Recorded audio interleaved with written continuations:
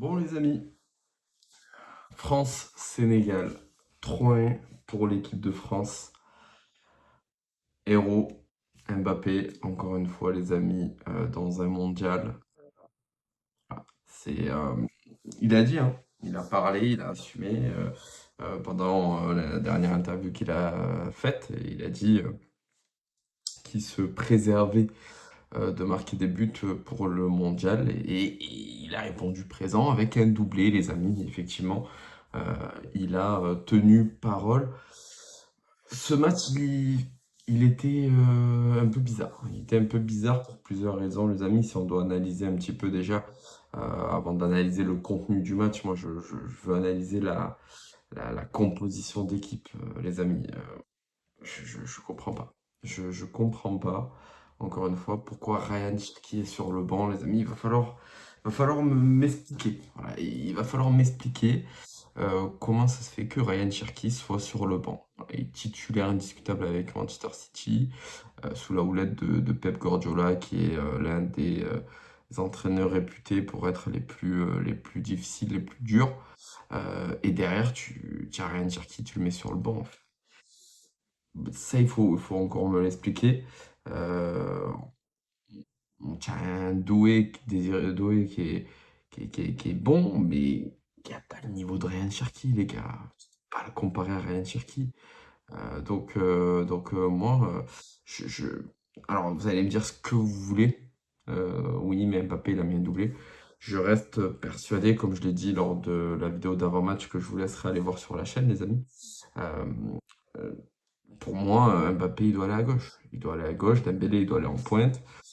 Cherki, il peut aller en 10, tu vois, ou à droite, j'en sais rien, mais Cherki doit jouer, les gars. Cherki, il doit être là, il doit être présent. Il est trop important pour l'équipe, on l'a vu en amical. Et pour moi, il va apporter à cette équipe de France.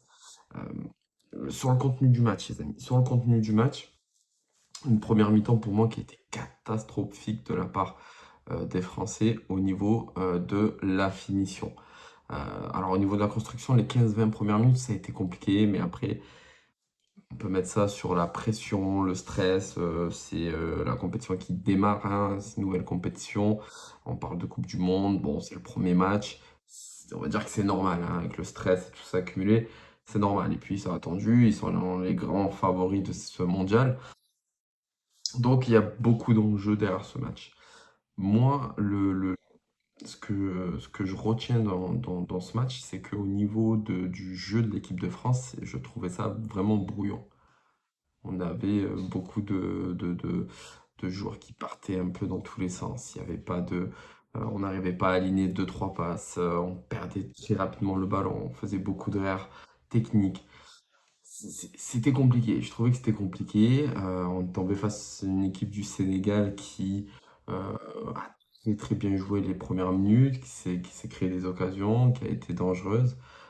Franchement, le Sénégal a quand même plutôt bien joué le coup sur les premières minutes et je pense qu'ils auraient dû, ils auraient pu et ils auraient dû marquer dans ces 20-30 premières minutes pour rentrer dans le match comme il le faut et déstabiliser cette équipe de France. Ils ont laissé passer leur chance et c'est ce qui a fait que derrière, bon, ben, le match il s'est passé comme il s'est passé.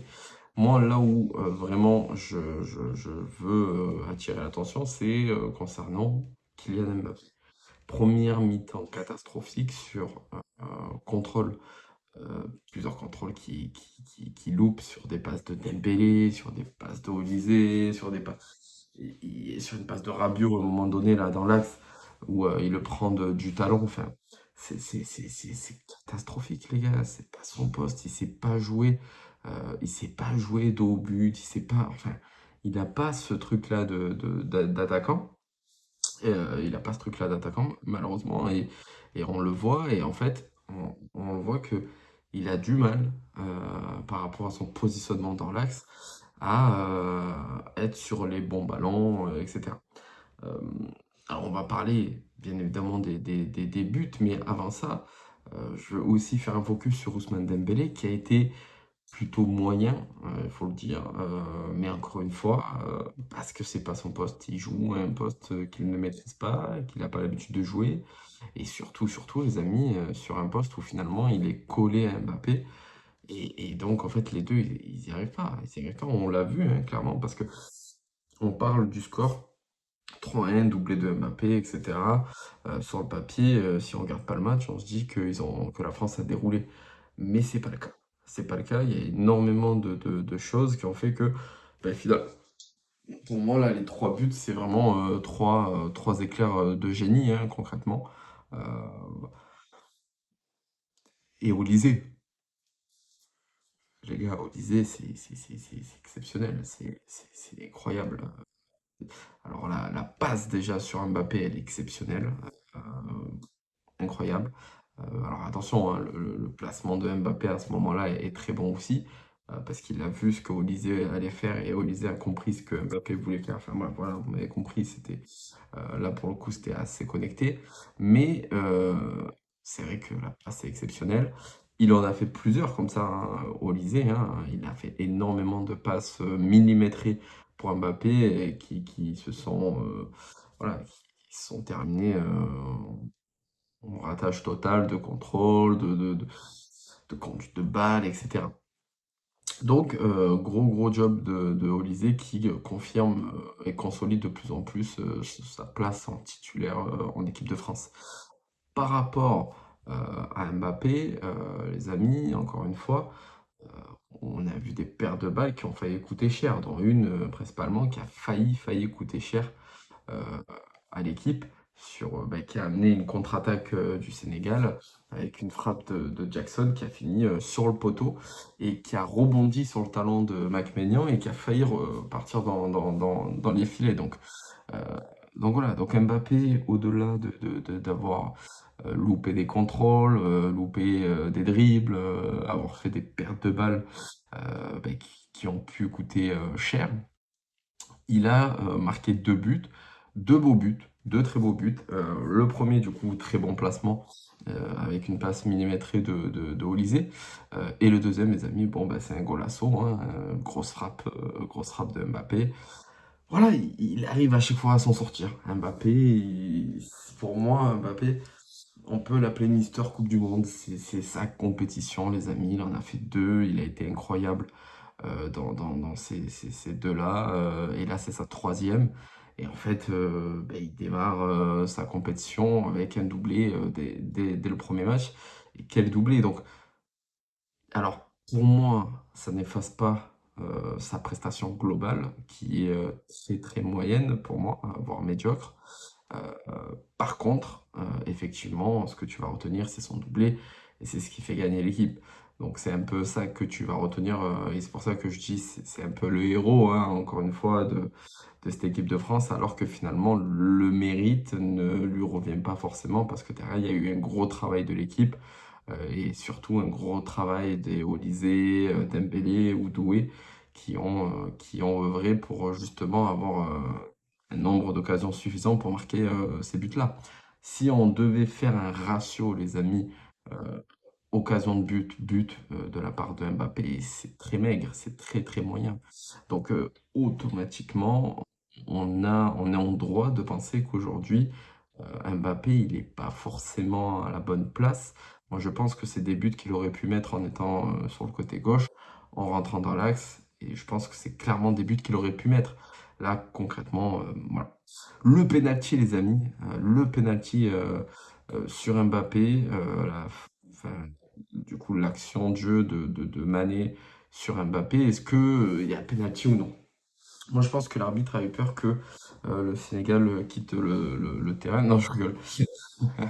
Ça, c'était la petite pique pour les Sénégalais, mais on reste prêt, il n'y a pas de souci à ce niveau-là. Mais non, plus sérieusement, les amis, je pense sincèrement qu'il y avait penalty.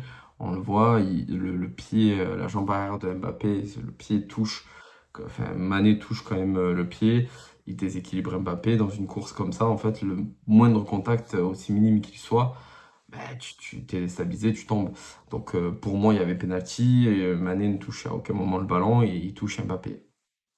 En pleine course, en allant en direction du but dans la surface, ça se siffle, les amis. Donc, et puis, généralement, lorsqu'ils vont voir la VAR, les arbitres, c'est pour siffler.